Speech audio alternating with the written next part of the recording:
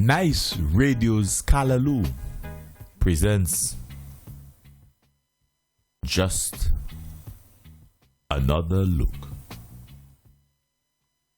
Just Another Look is an innovative, exciting, albeit decidedly provocative and yes, certainly controversial socio-political analysis of issues of a local, regional, and international nature. Just Another Look is heard only on Nice Radio. First aired on Saturdays at 6 p.m. with repeat broadcasts on Sundays at 9 p.m. But you can always catch us on the World Wide Web, www.niceradio.info. You can check out our Just Another Look blog, www.justanotherlook.com. I am, of course, Keith Joseph. Today, dear friends, is Saturday. It is the 21st day of September 2019. Welcome to another edition of your favorite program, Just Another Look. You know, we start out by saying today is the 21st day of September. 21st day of September. It is 2019. But you know, just 2 days ago, on the 19th of September 2019, Alban Bowman would have been observing the 11th anniversary of his wife's gruesome death. Remember that Alban Bowman's wife, Patricia Bowman, was crushed to death in her car on her way to work on the morning of the 19th of September 2008. The 19th of September 2008. A lot of rain fell that morning. And there are those people who were in a passenger van that passed her several times and she passed several times from her home in Villa to the point in Ratomil where her car disappeared. And some may recall that when they first came to start removing the debris, when the people from Nemo, led by then man in charge Howie Prince, started moving the debris, the conductor for the passenger van kept saying that car never came out. And they didn't believe him. They didn't believe him at all. And so they abandoned the search. Of course, the heavy equipment, the people driving the heavy equipment were themselves sufficiently conscious that the way in which they were doing the removal of the heavy equipment, they were in fact virtually compacting the material, the debris, even further on her car. And because of the insistence of some that the only place she could have been after all those hours, because remember this happened in the morning, early morning, the only place she could have been is under that debris. They came back,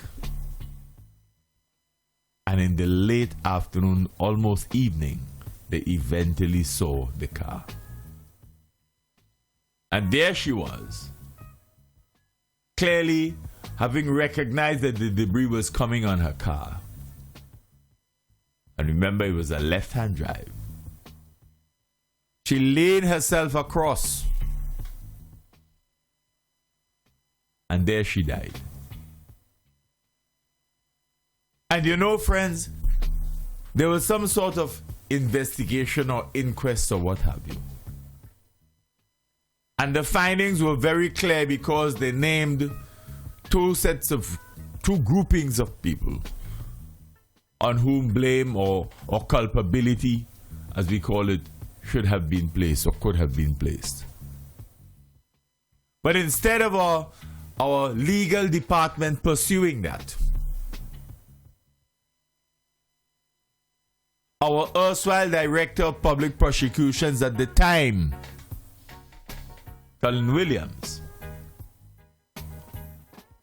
said that he was not satisfied that they had named precisely the individuals who were responsible. And as a result, he was not going to make the government look stupid by trying to make a case. And this emerged in a conversation that the host of Just Another Look had with the director of public prosecutions himself. And I asked him then, can I say this on my program, that you are saying you are not satisfied with the outcome because they have named entities but not individuals? He says, yes, you can quote me. And I did in the next edition of Just Another Look. And for 11 years and counting, our legal affairs department have left it essentially to Alban Bowman. If you want to make a case, you go ahead and you make the case. So somebody dies as a result of debris falling from somebody's wall,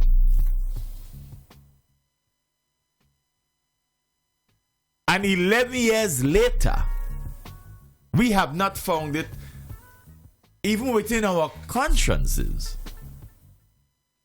to seek to apply the law in a manner that is beneficial to the aggrieved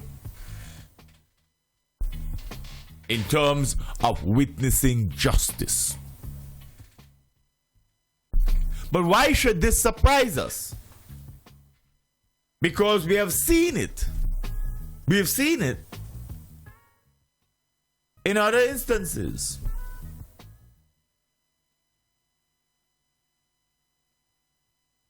So it appears as though the law in this country does not necessarily work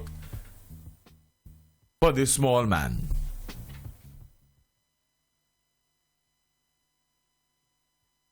And we've always insisted, that had it been the wife of the prime minister or a minister of government or a leading member of the Unity Labour Party, they would have moved mountains to make sure that the law acted more deliberately and more swiftly.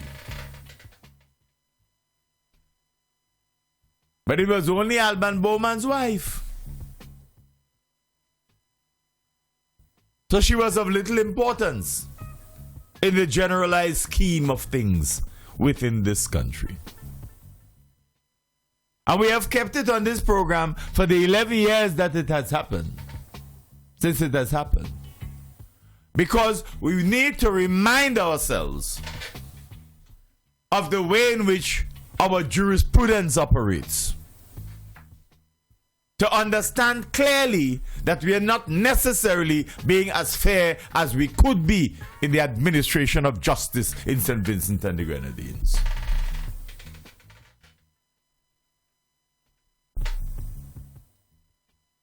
That is why we keep pointing to different instances. And each time we point to one, people want to make a set of noise and try to make it political. It is not what we are doing. The law is not supposed to be applied this way.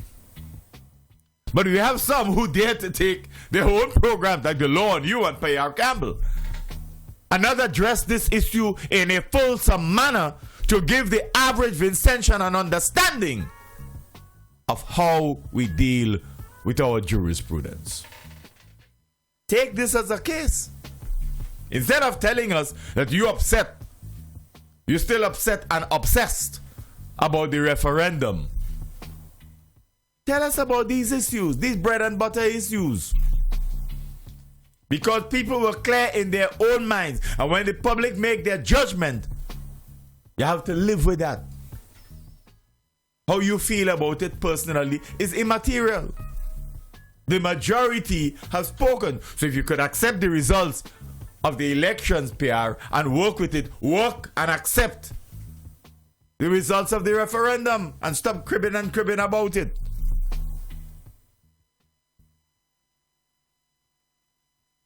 We have to understand, that this matter, and that's why we juxtapose the death of Patricia Bowman and the way in which the jurisprudence was applied to her with the cases of the disappearance of 2 SVG air aircraft inside of 4 years. Because when J8 VAX disappeared in 2006,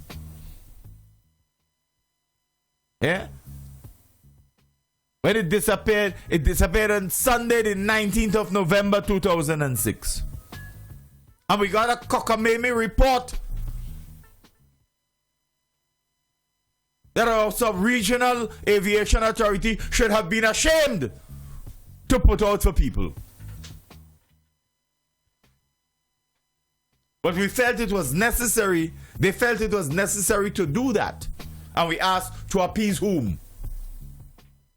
And how is it they could have been so quote-unquote detailed in their analysis of the disappearance of J8 VAX from the 19th of November 2006 and compare that with the absence of any such substantive report on the disappearance inside of 4 years on the Thursday, the 5th of August 2010 of J8 SXY piloted by Suresh Lakram?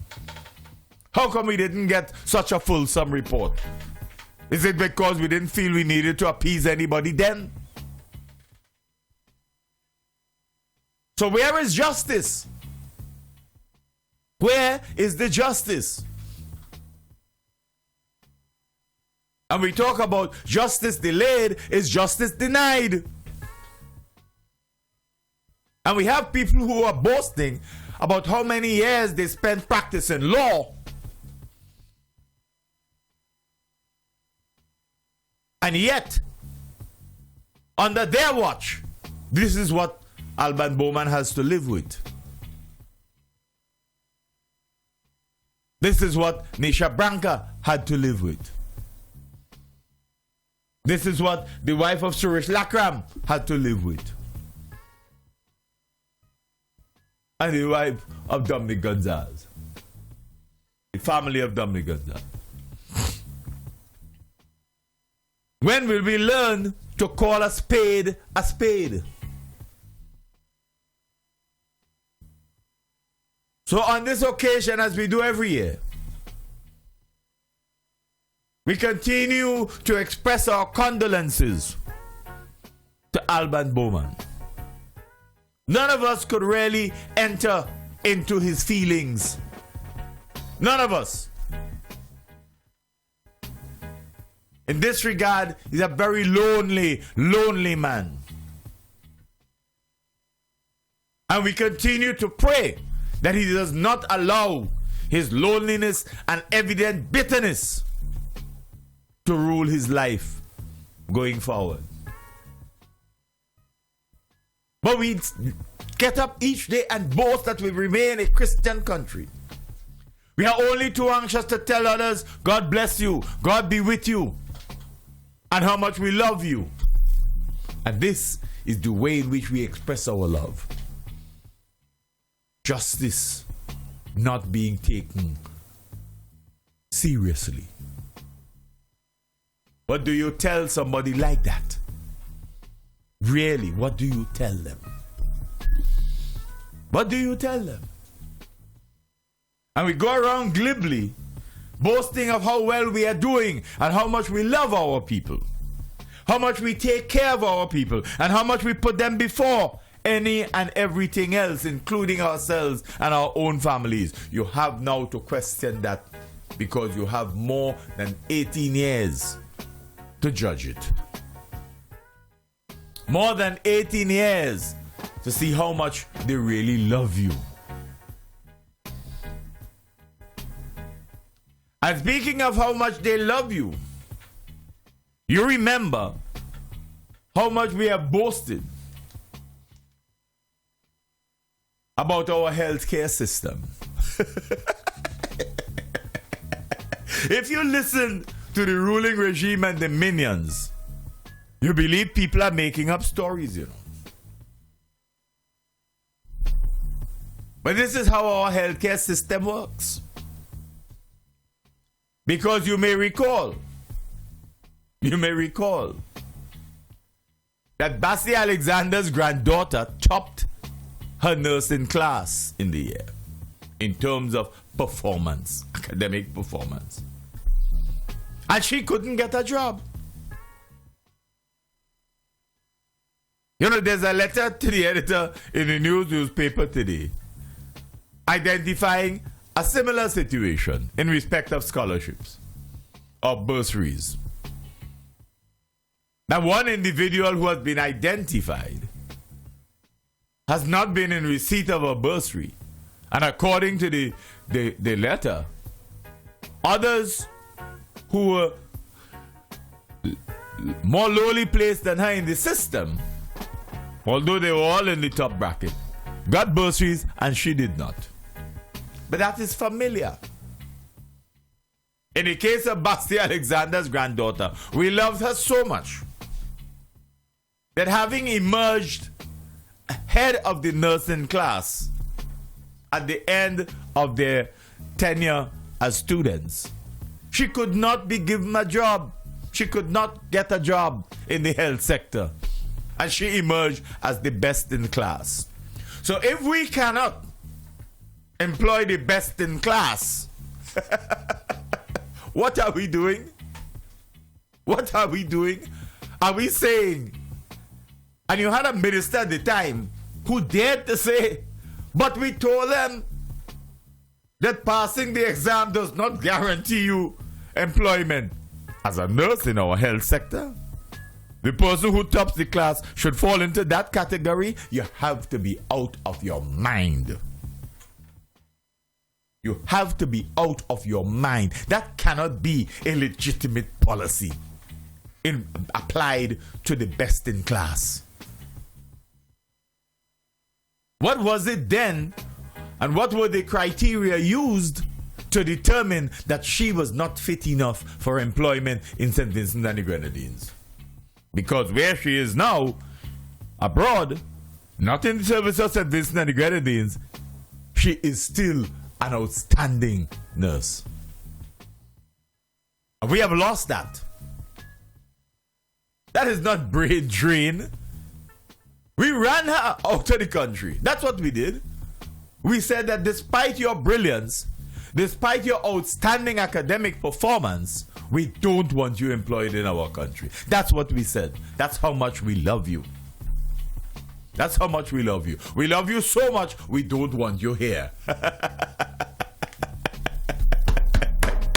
That is how we run our country, dear friends.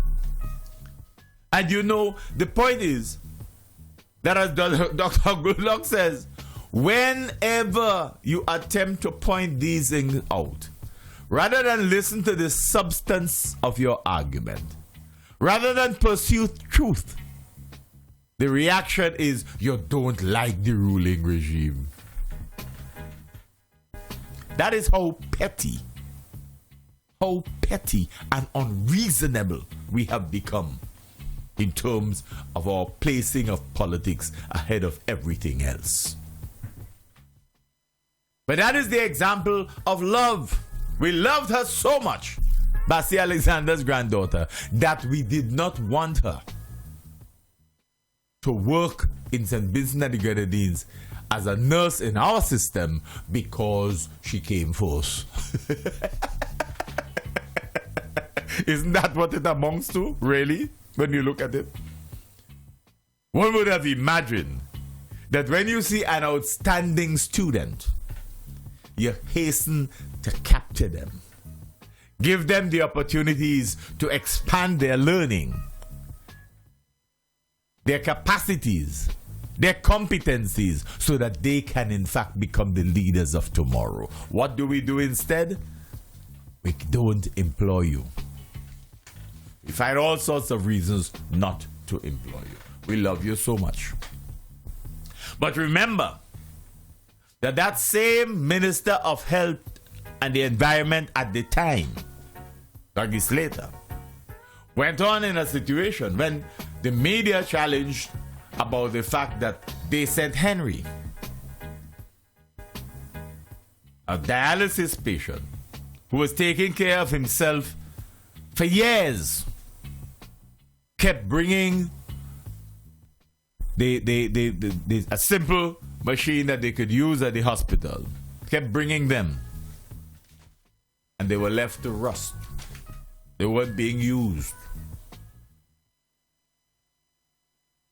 And when the media asked Dr. Slater as Minister of Health, why aren't we doing this? He says, we're not likely to have this done in St. Vincent and the Grenadines because of the cost.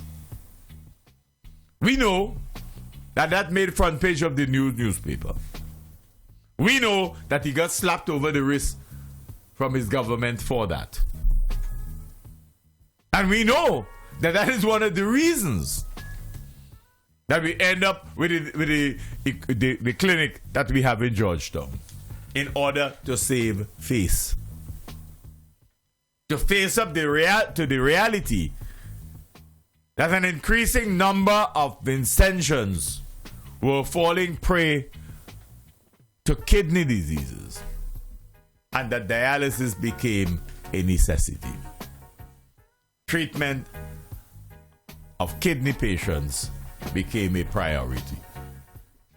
We wouldn't go into how long that clinic take to be realized and operational, because that and the airport, it's as if we didn't realize that it could have been done in a much more expeditious manner.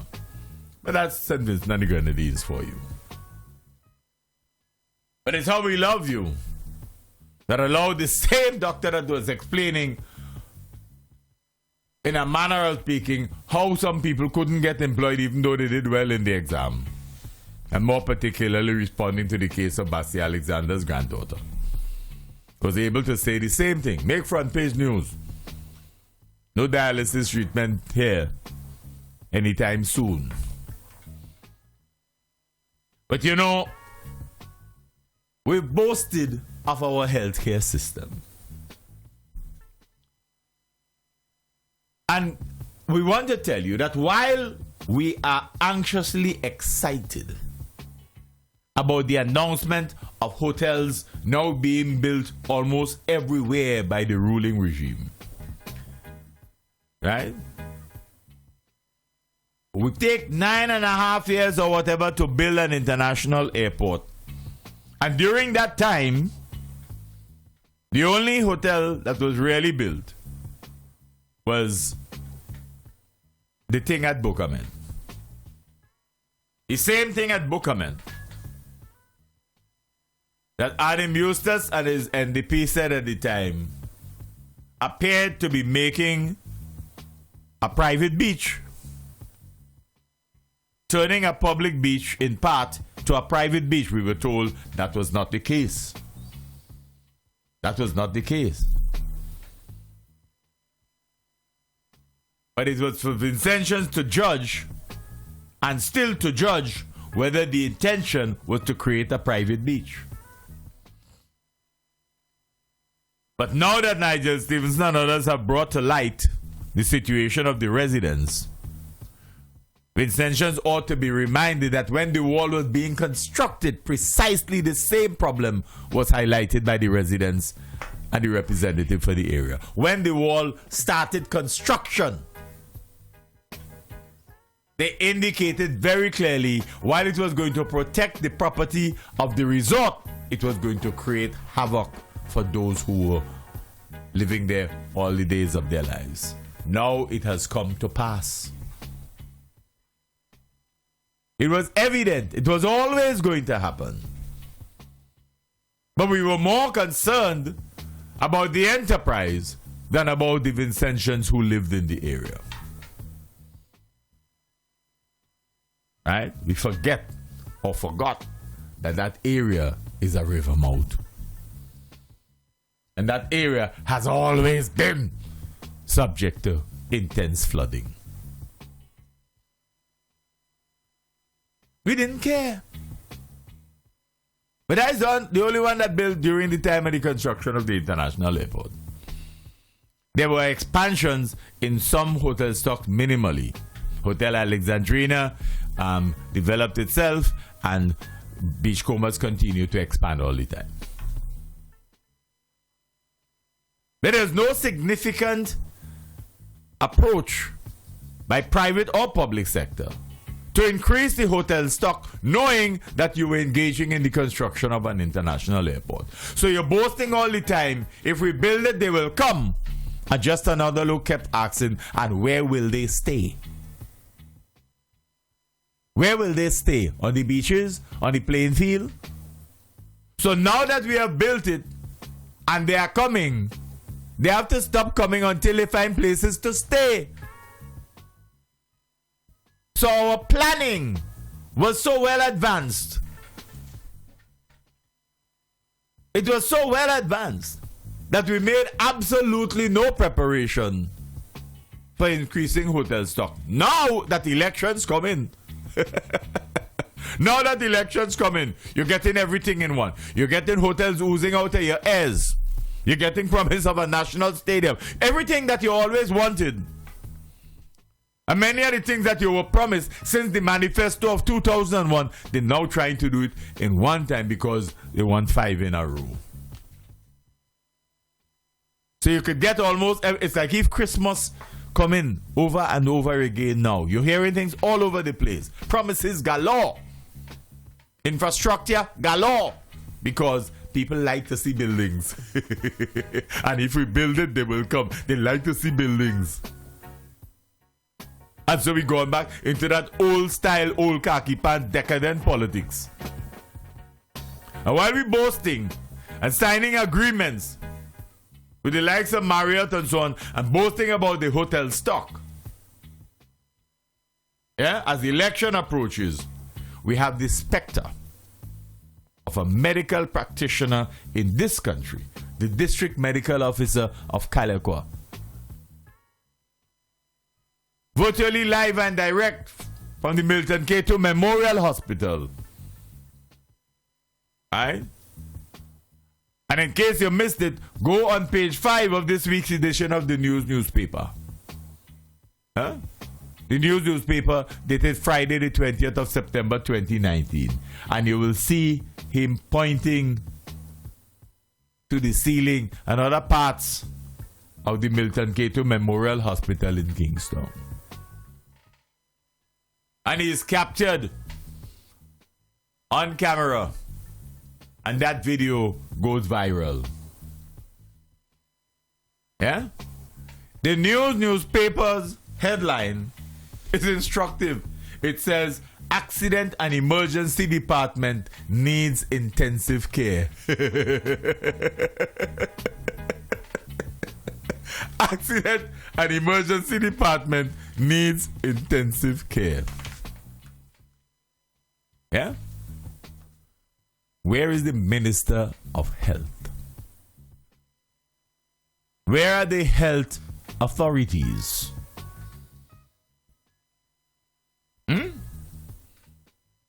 The critical thing, as some people, you know what some people are just to say? Oh, he's a madman. Oh, he don't like the Prime Minister. Oh, he supports the opposition. Remember in our edition first ed on Saturday the 14th of September 2019, we spoke about the anxiety of the ruling regime in this country today to seek to malign the messenger rather than examine, analyze, and respond appropriately to the messages that are being sent. The critical thing is whether or not Dr. Goodluck was speaking the truth. We have had complaints for the longest while. You remember when Daniel Cummins got up in Parliament and spoke about St. Vincent and the Grenadines having been left out of the pharmaceutical procurement arrangements with the OECS. And Douglas Slater, the minister at the time, got up in Parliament and challenged him. It's untruth. Of course, many of them on that side of Parliament like to talk about dastardly untruth because the Prime Minister always uses that concept. It's untruth.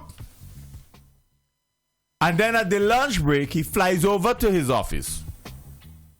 Only to find out, well, in truth and in fact, they didn't pay on time and what have you. And had to come back in the afternoon session and apologize. A minister was not sufficiently up to date with what was happening in his own ministry. That should have led to a public chastising of the minister. At least he was decent enough to come back and say in Parliament that he apologized. He was not duly informed. So much for the management of the Ministry of Health. Will we get an apology from Luke Brown? Not likely. Because we can't even get him to tell the nation the truth about what happened with him and the Rhodes Scholarship. He was all gung-ho, armed with his lawyer, when he challenged the university. They didn't come public, neither he nor the lawyer, and tell us what was the outcome of their challenge to the University of the West Indies over some of his results. They run to the media when they're making their case. But they don't come back to the media and the public when the case is completed to tell us what really happened with him and the university after his challenge. It was all over the media that he was a Rhodes Scholar and anxious to be a Rhodes Scholar. He wouldn't talk about who was Cecil Rhodes or why we should even have anything named the Rhodes Scholarship. But he was proud to be a Rhodes Scholar. And for all those years, since he suddenly returned home and displayed an interest in politics, he's yet to tell us about his academic achievements while being a Rhodes Scholar. So he can't tell us about that. So how we expect him to tell us the truth about the state of the hospital? For how many months and years now, we've had the specter of people reporting they've had to go and buy their own medicine for their relatives who are hospitalized or who went to the hospital to receive treatment. How often have we heard that? And on each occasion, we're being told it's not true. Any complaints you get about the hospital or the medical care in this country is not true.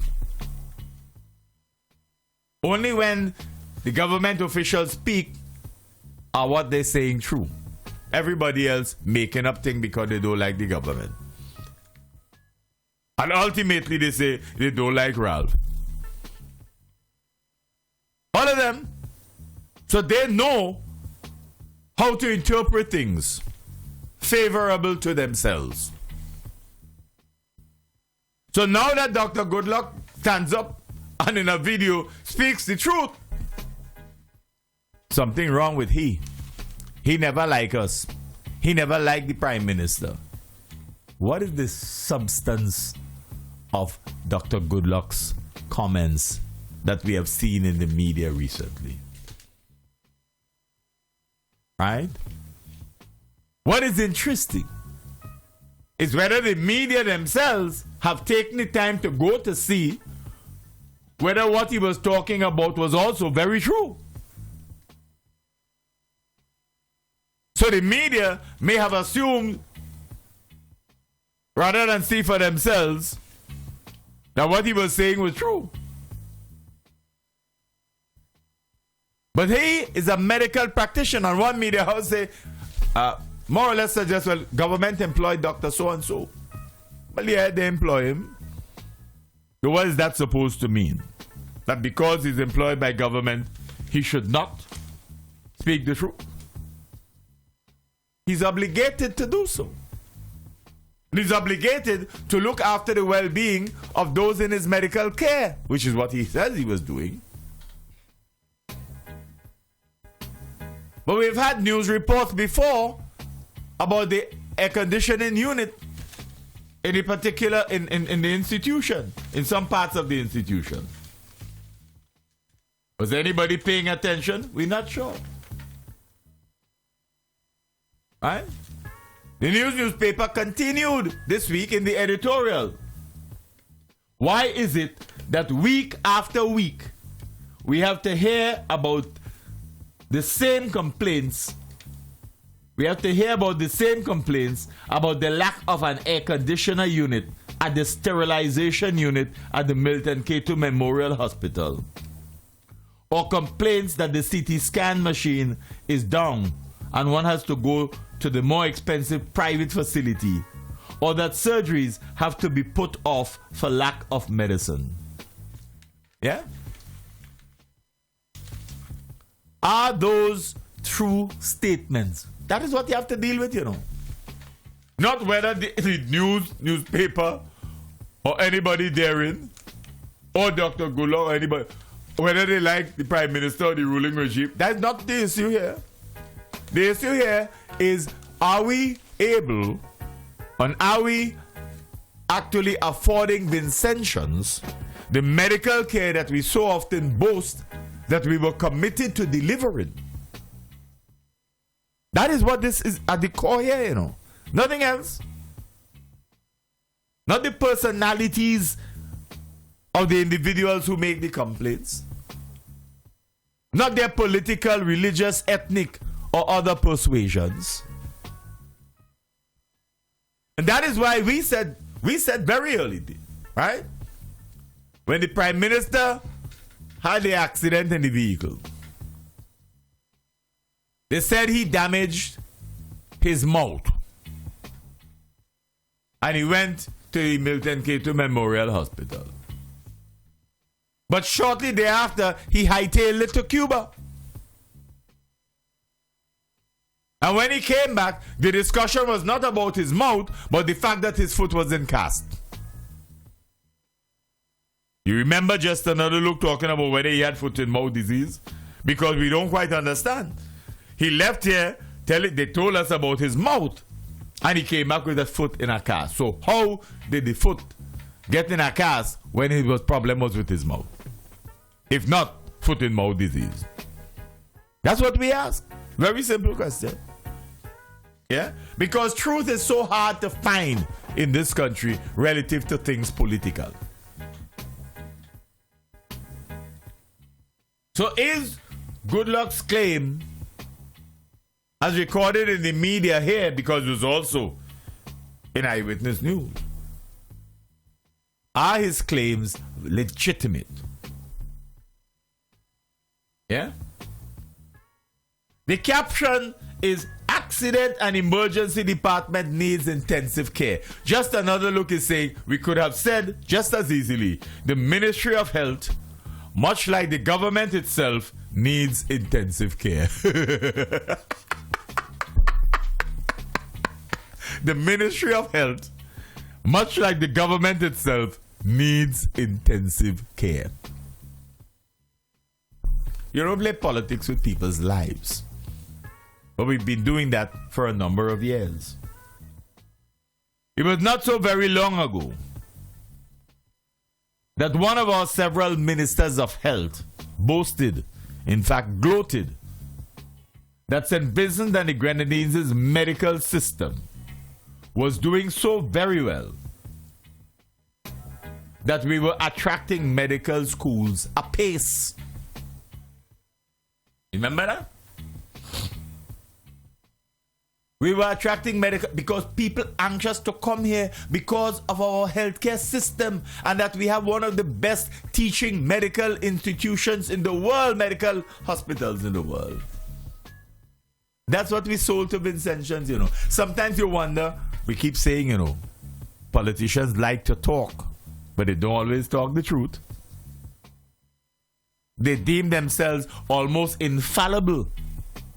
And people believe them to be infallible. Once they say that, they're right, it is the truth. Until, of course, one of your relatives end up as a victim. Then you know something different. Yeah? Isn't that how it operates?